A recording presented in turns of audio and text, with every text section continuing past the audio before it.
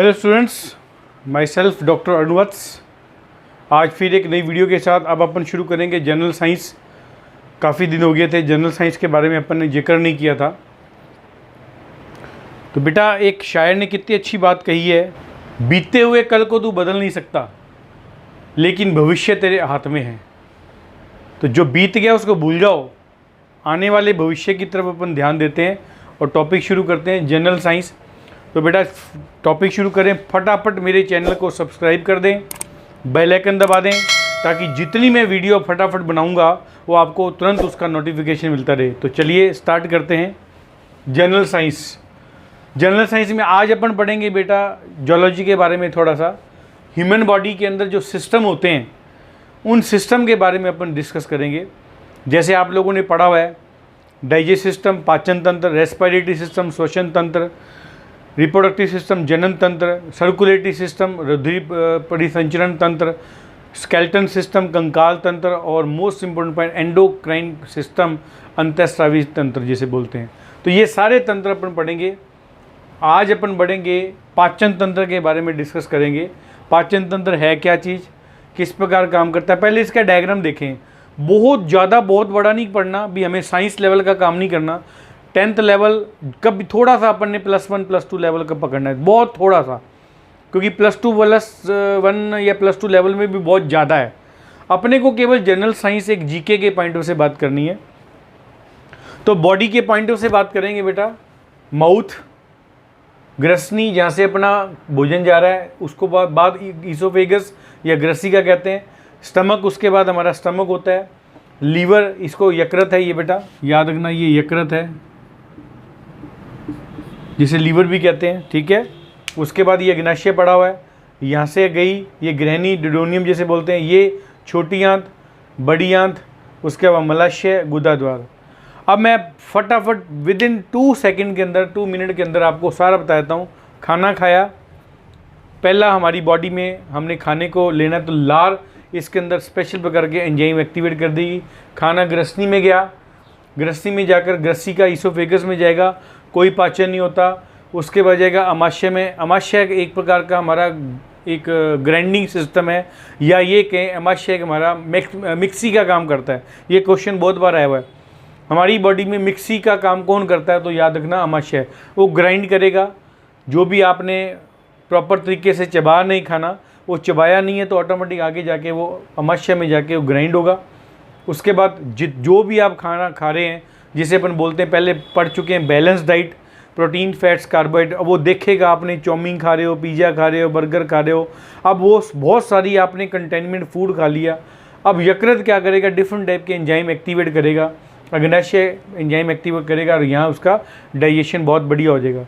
उसके बाद खाना जाएगा, या ये कहेंगे हमारा नेक्स्ट पॉइंट आएगा छोटी आंत। छोटी आंत में हमारा एब्जॉर्प्शन हो जाता है, क्योंकि वो सेपरेट कर दिया उसने, प्रोटीन, फैट्स, कार्बोहाइड्रेट सब सेपरेट हो गए। छोटी आंत से सारा एब्जॉर्प्शन हो जाएगा और ब्लड में चला जाएगा, असमिलेशन कहते हैं, स्वांगीकरण कहते हैं। उसके बाद बड़ी आंत, बड़ी आंत में क्या करेगा, वेस्ट प्रोडक्ट हमारा जो है इकट्ठा हो जाएगा मलाशय के अंदर जाके और गुदा द्वारा बाहर निकल जाएगा। ये प्रोसेस आपके दिमाग में बैठ जाना चाहिए। अब अपन बात करते हैं छोटे छोटे क्वेश्चंस के ऊपर। चलिए, डाइजेस्ट सिस्टम क्वेश्चन कैसे कैसे पूछेगा, क्या क्या क्वेश्चन आने की संभावना है। तो सबसे पहले तो बेटा मनुष्य की आहार नाल की लंबाई आपसे पूछ सकता है 10 मीटर, या फिर वो उसका अगर फुट के बारे में पूछेगा तो 35 फीट तक होती है इसकी। ये आपका ऑब्जेक्टिव क्वेश्चन बन गया। अब ये पूछेगा आहार नाल जिसे एलिमेंट्री कैनाल कहते हैं, कहाँ से कहाँ तक, मुँह से लेकर गुदा द्वार तक। यहाँ से लेकर मुँह से लेकर गुदा द्वार तक जो होता है वो हमारा एलिमेंट्री कैनाल है।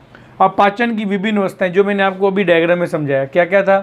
पहले हमने इंजेक्शन किया, अंतःग्रहण किया, ये देखो, इसको भी समझते हो डायग्राम को। फूड अंदर गया हमारी पाइपलाइन के अंदर, उसके बाद इसका पाचन हुआ, ये देखो यहाँ पाचन हो गया, ये सारा पाचन हो गया इसके अंदर। यहाँ से इसका डाइजेशन हो जाएगा, डाइजेशन अब्जॉर्प्शन, ये एब्जॉर्प्शन हो गया सारा। एब्जॉर्प्शन होने के बाद स्वांगीकरण, असमिलेशन, मतलब ऑटोमेटिकली ब्लड में या सेल ऑर्गन्स में जाएगा, असमिलेशन हो जाएगा। उसके बाद आएगा मलोत्सर्ग, मतलब डिफिक्शन, और वेस्ट प्रोडक्ट हमारी बॉडी से बाहर निकल जाएगा, जो मैंने आपको अभी बताया। इस पॉइंट को याद रखना, सीक्वेंस नहीं भूलना। एरो का निशान का मतलब है सीक्वेंस, पहले अंतःग्रहण, फिर पाचन, फिर अवशोषण, फिर स्वांगीकरण, फिर मलोत्सर्ग। इंग्लिश में बात करें तो पहले ingestions, then digestion, absorption, assimilation and defecation. याद रखना, इस प्रकार हमारा एक सिस्टम चलता है, पाचन की विभिन्न अवस्थाएं। चलिए नेक्स्ट देखते हैं अपन बेटा। अब भोजन की अवस्था देखेंगे अब अपन, मतलब जो भोजन हम खाते हैं अलग अलग स्टेज में उसका नाम क्या होता है, ये क्वेश्चन बहुत बार आया हुआ है। जैसे देखें, अगर भोजन हमारा मुख में रहता है, जब हम चबाते हैं उसको, उसका नाम होता है बोलस। याद रखना, ये क्वेश्चन बहुत इंपॉर्टेंट है, हिंदी इंग्लिश सेम नाम है, बोलस। और जब वो भोजन आमाशय में पहुंच जाता है, स्टमक जिसे बोलते हैं, तो उसका नाम हो जाएगा काइम। और जब भोजन छोटी आंत में पहुंच जाएगा उसको कहते हैं काइल। तो ये तीनों नाम आपको याद करना है, बोलस, काइम और काइल। ये क्वेश्चन बहुत बार आया हुआ है। अब आएगा मुख में पाचन। मुख में पाचन से शुरू करते हैं। मैंने बोला था जैसे अपन जब कोई खाना अपने सामने आता है तो ऑटोमेटिक हमारी मुंह के अंदर पानी आ जाएगा, तो पानी का मतलब लार एक्टिव हो जाएगी। तो वो पानी का आने का मतलब अब अपन खाने के लिए तैयार हैं। तो लार नहीं आ रही, इट मीन्स ये आपको ये भी क्लियर कर दूं बेटा, अगर आपकी मुंह में लार नहीं आ रही तो तुरंत डॉक्टर से संपर्क करें, फिजिशियन से, आपको कोई ना कोई दवाई देगा। लार आना आपकी बॉडी में, मुंह में बहुत ज़रूरी है, याद रखना इस पॉइंट को। तो जैसे मुख में पाचन स्टार्ट होगा, हमारी बॉडी में या मुंह में लार आएगी। उस लार का क्वेश्चन पूछा जाएगा, लार में कितने प्रकार का पीएच पाया था। याद रखना 7.2, उदासीन या लगभग, क्योंकि आपको पता है 7 से ऊपर है तो क्षारीय हो जाएगा, बेसिक 4 से नीचे है 7 से तो एसिडिक या अम्लीय हो जाएगा। तो अपना इसका लार का जो हमारी मुंह में है वो है 7.2। तभी बोलते हैं लार में ही डाइजेशन शुरू हो जाता है, मुंह में ही, क्योंकि लार में इतना बढ़िया एंटीसेप्टिक और एंटीबॉडी एंजाइम पाए जाते हैं।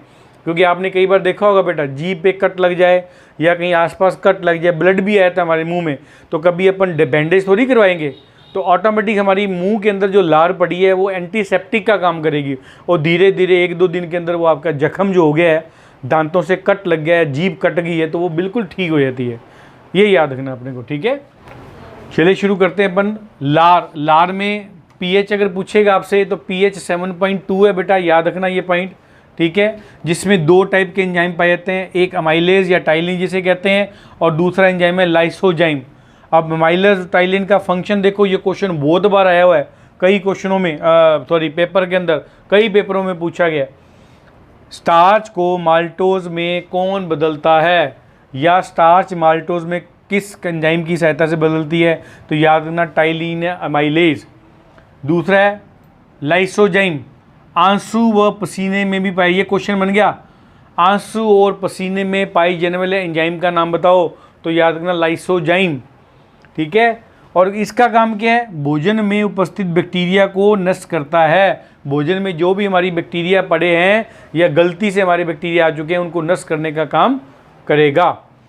अब आगे देखिए, ये पॉइंट इंपॉर्टेंट दे दिया, पाचन की शुरुआत मुख गुहा में हो जाती है, यहाँ से शुरू हो जाती है बेटा। स्टेप बाय स्टेप आपको बताएंगे कहाँ कहाँ हो रहा है। ओरल कैविटी में इसका डाइजेशन शुरू हो जाता है।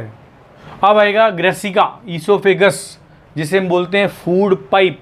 याद रखना, ये क्वेश्चन बहुत बार पूछा है सिंपल वे में, ग्रेसिका का सामान्य नाम बताओ, तो याद रखना ग्रेसिका is equal to food pipe, भोजन नली, भोजन की नली है, ये होती है भोजन की नली, याद नहीं, यहाँ से जो जाएगी, ठीक है।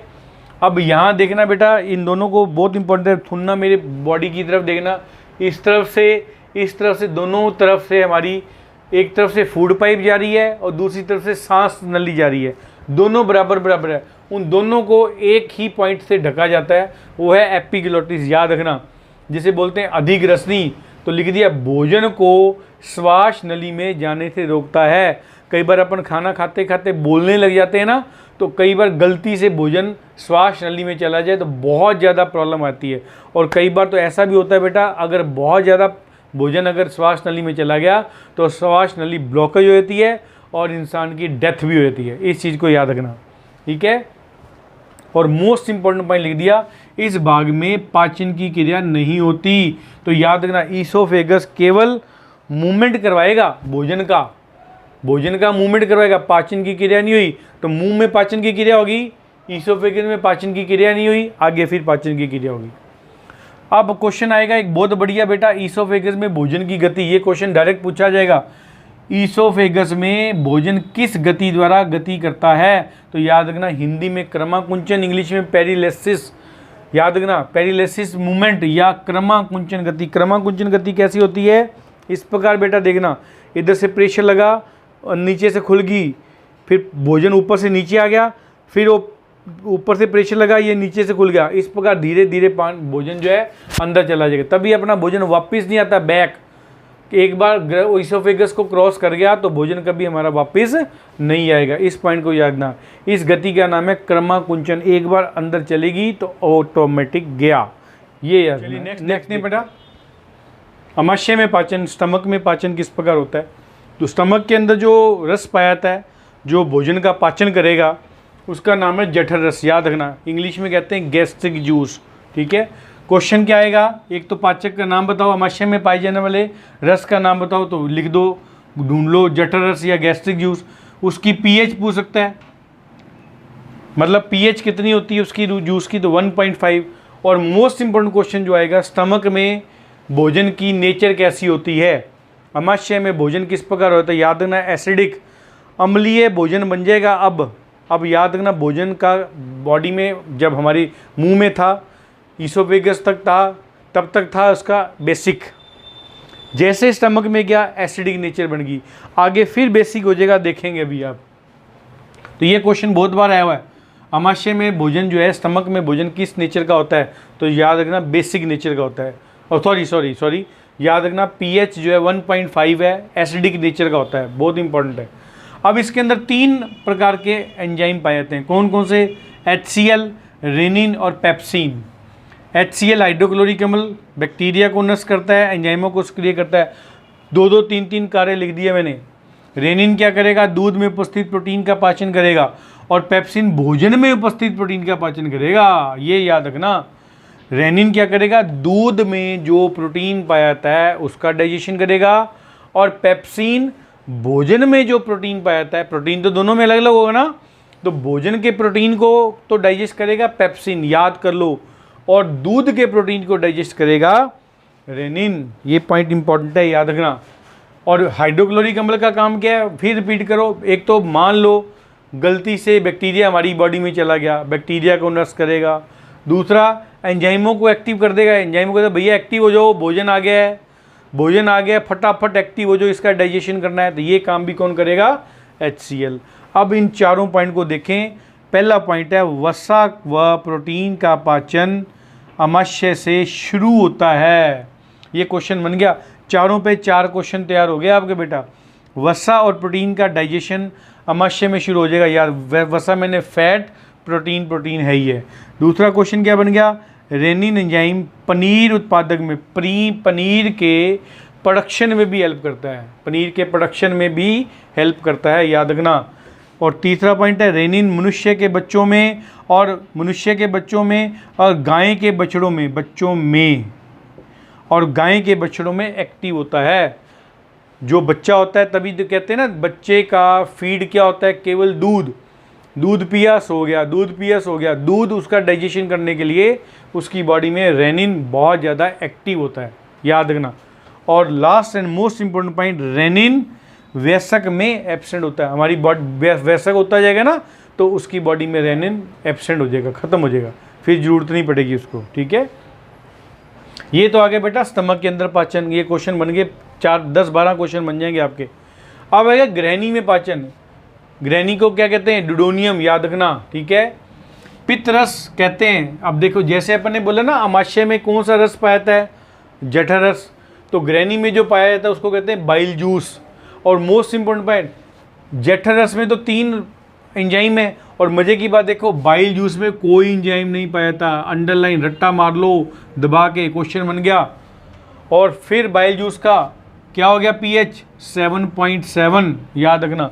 वापस बेसिक कंडीशन के आसपास पहुंच गया, मतलब उदासीन के पास ही है, उदासीन से क्रॉस कर गया। ठीक है, तो पहले भोजन कैसा था, बेसिक था, मतलब बेसिक, प्योर बेसिक तो नहीं कहेंगे, उदासीन के आसपास था, नॉर्मल। उसके बाद वापस क्या हो गया, एसिडिक, अगेन उदासीन और बेसिक के आसपास पहुंच गया। और मोस्ट इंपॉर्टेंट पॉइंट, ग्रहणी में कोई एंजाइम नहीं पाया था। अब इस बाइल जूस का संश्लेषण या निर्माण कहाँ होता है, यकृत में। संचय कहाँ होता है, संचय मैंने स्टोर होना। पित्ताशय या गाल ब्लैडर में। तभी कहते हैं अगर किसी मनुष्य का गाल ब्लैडर निकाल दिया जाए तो अब बेटा उसको बहुत ज़्यादा हैवी तली हुई चीज़ें खानी बंद करनी पड़ेगी। ये याद रखना है आपको, ठीक है। आगे चलते हैं। पित्त रस के कार्य, अब इसके कार्य क्या हैं? जो बाइल जूस है जो बहुत इंपॉर्टेंट है, उसके कार्य क्या हैं? वसा का पाइसीकरण, इमल्सिफिकेशन। इमल्सिफिकेशन का मतलब होता है ब्रेक डाउन। ये देखो, ये बड़ा है वसा तो छोटे छोटे टुकड़ों में बदल गया, मतलब high molecule converting to low molecule, मतलब बहुत बड़ा मोलिक्यूल है वसा, वो छोटे छोटे में टूट गया। हिंदी में उसको कहते हैं पाइसीकरण। नाम याद करना है बेटा, नाम पे क्वेश्चन आएगा। और इमल्सिफिकेशन भी कह सकते हैं, याद रखना। दूसरा पॉइंट है वसा विलय विटामिनों के अवशोषण में सहायक है। इस पॉइंट को ध्यान रखना, वसा विलय विटामिनों में, मतलब यदि किसी वसा में विटामिन विलय हो जाते हैं, उन विटामिनों के अवशोषण में सहायक होता है। या उल्टा याद कर लो, यदि किसी विटामिनों में वसा मिली होती है, ऐसे विटामिनों को चूज करके उसका अवशोषण कर लेता है। याद रखना, ये क्वेश्चन बन गया। फिर ये भोजन के माध्यम को क्षारीय, आ गया ना, बेसिक बना देगा, क्षारीय बना देगा, क्योंकि अभी एसिडिक था, फिर क्या बना देगा, वापस मुंह से शुरू हो रहा है, बार बार याद करा रहा हूँ। मुंह में क्षारीय है, अंदर गया कुछ नहीं, नॉर्मल, जैसे ही यकृत में आया, सॉरी अमाशय में आया एसिडिक, और अंदर गया वापस क्षारीय बन जाएगा। ये पॉइंट याद रखना। दूसरा रस होता है एक अग्नाशय रस या पेंक्रियाटिक जूस। अब पेंक्रियाटिक जूस का पीएच कैसा है? लगभग वही आ गया 7.7, तो यहाँ 7.8 लगभग वही है। इसको क्या कहते हैं? पूर्ण पाचक रस कहते हैं बेटा, इसको याद रखना, पूर्ण पाचक रस। मतलब बाइल जूस और पेंक्रियाटिक जूस के बाद किसी प्रकार का डाइजेशन से रिलेटेड कोई रस नहीं पाया था, इसलिए यहाँ लास्ट है, इसलिए इसका नाम दे दिया पूर्ण पाचक रस। अब भोजन का पूरी तरह डाइजेशन हो चुका होगा इसके अंदर, याद रखना। 3 एंजाइम पाए जाते हैं, फिर रिपीट करा रहा हूँ। गैस्ट्रिक जूस में 3 एंजाइम, बाइल जूस में विदाउट एंजाइम, कोई एंजाइम नहीं, अग्नाशय जूस में, पेंक्रियाटिक जूस में फिर 3 एंजाइम। तीनों के नाम आपके सामने है। माइलेज क्वेश्चन बन गए 3। एमाइलेज का नाम फंक्शन बताओ, स्टार्च का पाचन। उल्टा भी पूछ सकता है, स्टार्च का पाचन कौन करता है? एमाइलेज। फैट का पाचन कौन कर सकता है? लाइपेज। या लाइपेज का कार्य बताओ, फैट का पाचन। ट्रिप्सिन का पाचन कौन करता है? प्रोटीन। तो ये 3 क्वेश्चन आप अच्छी तरह याद करना, मोस्ट इंपॉर्टेंट क्वेश्चन है बेटा, ये बहुत ज़्यादा इंपॉर्टेंट क्वेश्चन है, बहुत ज़्यादा। स्टार्च का पाचन पूछेगा, एमाइलेज, फैट का पाचन लाइपेज, प्रोटीन का पाचन ट्रिप्सिन। चलिए नेक्स्ट पॉइंट देखते हैं बेटा अपन। भोजन का सर्वाधिक पाचन कहाँ होगा? ग्रहणी में। याद रखना, क्वेश्चन बन गया, बहुत बढ़िया। पोषक तत्वों का सर्वाधिक अवशोषण कहाँ होगा? मध्यांत्र, शेषांत्र, जुजुनम और इलियम कहते हैं इंग्लिश में। तो मैंने लिख दिया 1, 2, 3 किसके पार्ट है बेटा? स्मॉल इंटेस्टाइन के, छोटी आंत के। और ध्यान रखना, कई बार क्या क्वेश्चन उल्टा पूछ लेता है, आपके दिमाग में भोजन का सर्वाधिक पाचन ग्रहणी में, उसने ऑप्शन ही नहीं दिया ग्रहणी, तो उसमें ऑप्शन क्या दे देगा? छोटी आंत।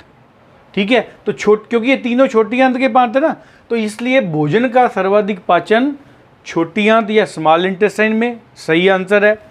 भोजन पोषक तत्वों का सर्वाधिक अवशोषण छोटी आंत भी होगा तो भी सही है, याद रखना ये पॉइंट, सर्वाधिक जो अवशोषण है। आगे देखें, जल व विटामिन B12 का सर्वाधिक अवशोषण बड़ी आंत में, ये अलग बता दिया। तो बड़ी आंत में किसका अवशोषण होगा?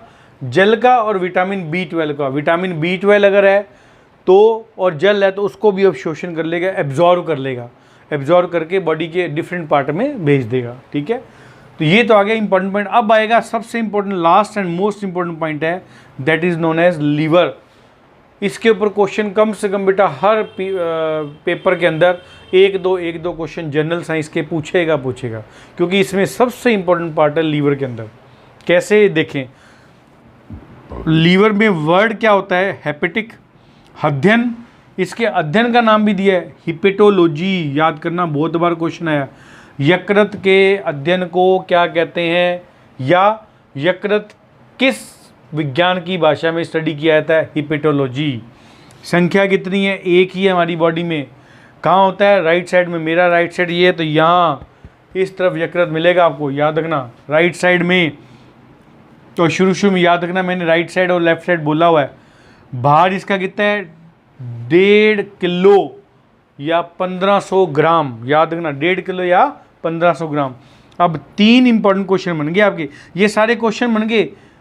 लीवर की वर्ड को क्या कहते हैं, हेपेटिक, अध्ययन को क्या कहते हैं, हेपेटोलॉजी, संख्या 1, साइड राइट साइड में, भार 1500 ग्राम, ये सारे एक एक क्वेश्चन याद करना। शरीर की रसायनशाला किसे कहते हैं, यकृत। मैंने बताया था आपको सबसे ज़्यादा केमिकल कंडीशन कहाँ मिलेगी, लीवर में। लीवर में बहुत ज़्यादा केमिकल एक्टिविटी मिलेगी आपको, याद रखना। फिर शरीर का मुख्य उपापचय अंग है मेटाबॉलिक एक्टिविटी, कैटाबॉलिज्म, एनाबॉलिज्म, अपचय उपचय दोनों के दोनों इसमें होंगे। तो मेटाबॉलिक एक्टिविटी सबसे ज़्यादा कहाँ मिलेगी, यकृत में। फिर शरीर का सबसे बड़ा इंटरनल ऑर्गन, भीतरी हमारी बॉडी का इंटरनल ऑर्गन कौन सा है, बड़ा, यकृत। और दूसरा बड़ा अगर पूछे यकृत के बाद तो है ब्रेन। इंटरनल, आउटर नहीं बात कर रहा बेटा, दूसरा बड़ा ऑर्गन ब्रेन, याद रखना। ये दोनों, ये बन गए क्वेश्चन छोटे छोटे। अब देखिए सबसे अधिक पुनरुद्ध भवन, जिसको इंग्लिश में कहते हैं रीजनरेशन। रीजनरेशन पावर किसे कहते हैं, रीजनरेशन का मतलब होता है वापस ऑर्गन मान लो डैमेज हो गया तो बन जाना, तो लीवर में होता है। तभी कहते हैं ना लीवर एक है, अगर किसी को लीवर ट्रांसप्लांट करना है तो आधा लीवर काट के देगा, वो पूरा नहीं दे सकता। वो पूरा देगा तो उसके पास कुछ नहीं था, और आधा अगर मेरे पास आ गया, आधा किसी और के पास चला गया, तो वो रीजनरेट करके वापस पूरा बन जाता है, याद रखना ये पॉइंट। इसलिए लिख दिया पुनरुद्ध भवन की क्षमता पाई जाती है। तो सबसे कम किस में है, ब्रेन में। ब्रेन में न के बराबर मानो, है ही नहीं पुनरुद्ध भवन। ब्रेन खत्म तो खत्म, याद रखना, वापस नहीं बनेगा। नेक्स्ट, यूरिया, विटामिन ए, पित्त रस का निर्माण यकृत में। ये कुछ क्वेश्चन बन गए छोटे छोटे। क्वेश्चन आएगा यूरिया का निर्माण कहाँ होता है, यकृत में। विटामिन ए का निर्माण यकृत में, पित्त रस का निर्माण यकृत में। बन गए 3 क्वेश्चन, एक लाइन में 3 क्वेश्चन तैयार है। फिर मोस्ट इंपॉर्टेंट पॉइंट, हिपेटाइटिस, शराबी, पीलिया, सर्वाधिक अंग कौन सा प्रभावित होता है, यकृत। अगर किसी को हेपेटाइटिस रोग हो गया है यकृत की वजह से, बहुत ज़्यादा शराब पीता है, वाइन पीता है, उसका लीवर 100% ख़राब होगा। पीलिया अगर हो रहा है तो पीलिया भी यकृत की वजह से, यकृत पे इफेक्ट पड़ेगा, याद रखना। अब मोस्ट इंपोर्टेंट और आ गया, यकृत में औषधियों का पाचन होता है। अपन दवाइयाँ खाते हैं ना, सिर में दर्द हो रहा है, दवाई अपन अंदर खा रहे हैं, तो डाइजेशन कौन करता है, यकृत। उसको डाइजेशन करके बॉडी के उस ऑर्गन पर पहुंच जाएगा जहाँ प्रॉब्लम आती है। तो जो भी आप मेडिसिन खाते हो वो कहाँ जाएगी, यकृत में। यकृत में जाके वो उसको डाइजेशन कर देगा, याद रखना। नेक्स्ट है, यकृत क्या होगा, विषाक्त पदार्थों को नष्ट करता है। गलती से कोई टॉक्सिक सब्सटेंस हमारी बॉडी में चला गया, कंटेनिमेंट फूड हमने खा लिया, तो कुछ हद तक ये उसको ख़त्म करने की क्षमता रखता है, नष्ट करता है। And last and most important point, शरीर की सबसे बड़ी ग्रंथि। क्वेश्चन बहुत बार आया है, हर बार रिपीट हुआ है क्वेश्चन। शरीर की सबसे बड़ी ग्रंथि यकृत, यकृत, लीवर, लीवर, याद कर लो। तो ये बेटा अपना एक टॉपिक कंप्लीट हुआ है जिसे बोलते हैं डाइजेस्टिव सिस्टम। अब डाइजेस्टिव सिस्टम कंप्लीट, फिनिश, लगभग आपको मैंने बता दिया। मुंह में, ग्रसनी में, अमाशय में, ग्रहणी में, छोटी आंत में, बड़ी आंत में किस प्रकार का पाचन होता है और किस प्रकार बॉडी से बाहर निकलता है, कौन, वेस्ट प्रोडक्ट। ये सारा का सारा ऑर्गन हमारा टॉपिक कंप्लीट हो गया। डाइजेस्टिव सिस्टम, इसको तैयार करो, अपने कॉपी पेन पकड़ लो, नोट्स बनाओ, आपके टॉपिक तैयार हो जाएंगे। तो इस टॉपिक को वीडियो यहीं ख़त्म करेंगे। तो सेम पॉइंट बेटा, अगर आपने अभी अभी मेरी वीडियो देखी है, मेरे चैनल को देखा है, तो मेरे चैनल को सब्सक्राइब कर दें, बेल आइकन दबा दो, ताकि आपको जितनी मैं वीडियो दूंगा उसका नोटिफिकेशन, चाहे जनरल साइंस का हो चाहे रीजनिंग का हो, आपको नोटिफिकेशन तुरंत मिलता रहेगा। क्योंकि ये जो वीडियो मैं बना रहा हूँ, आप अपने फ्रेंड्स को, अपने यारों को, दोस्तों को, मित्रों को, रिलेटिव को, सबको भेज सकते हैं जो कंपटीशन की तैयारी कर रहा है। तो आने वाले बेटा कंपटीशन के लिए best of luck. Thank you very much.